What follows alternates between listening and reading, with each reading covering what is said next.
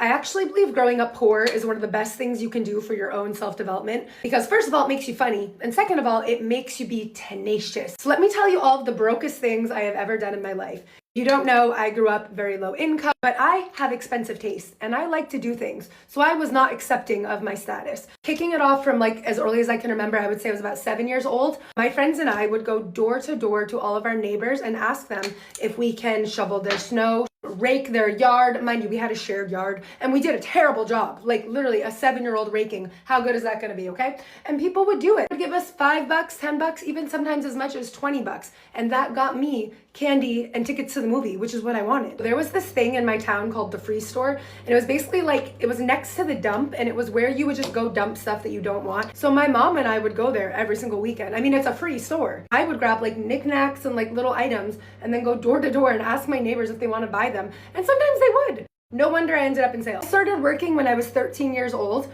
You have to be 14 in Massachusetts to work, but I lied on my application and said that I was 14 and they didn't check my ID.